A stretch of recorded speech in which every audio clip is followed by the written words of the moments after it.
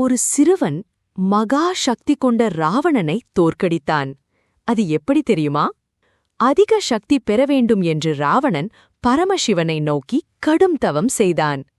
அவன் தவத்தால் மகிழ்ந்த சிவபெருமான் ராவணன் முன் காட்சி தந்தார். ராவணா, உனக்கு என்ன வரம் வேண்டும் என்று கேட்டார்.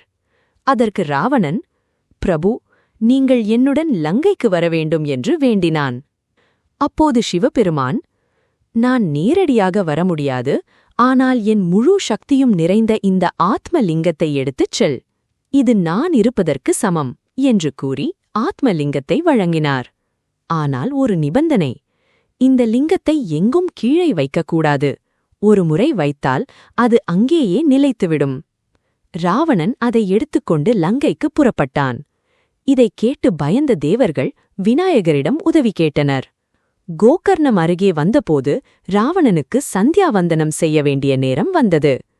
அப்போது ஒரு சிறிய பையனாக வந்த விநாயகரிடம், தம்பி, இந்த லிங்கத்தை கொஞ்ச நேரம் பிடித்துக்கொள் என்று கேட்டான். ஆனால் அந்த பையன், இது மிகவும் கனமாக இருக்கிறது, என்னால் அதிக நேரம் பிடிக்க முடியாது, நான் உன்னை 3 முறை கூப்பிடுவேன், அதற்குள் நீ வரவில்லை என்றால் இதை கீழே வைத்து விடுவேன் என்றான். ராவணன் ஒப்புக்கொண்டு சென்றான். சிறிது நேரத்தில், ராவணா, ராவணா, ராவணா 3 முறை அழைத்துவிட்டு ஆத்மலிங்கத்தை தரையில் வைத்தான். ராவணன் ஓடி வந்து எவ்வளவு முயன்றும் அதை அசைக்க முடியவில்லை. அப்போது அவன் கோபத்துடன் அந்த சிறுவனை தேடினான்.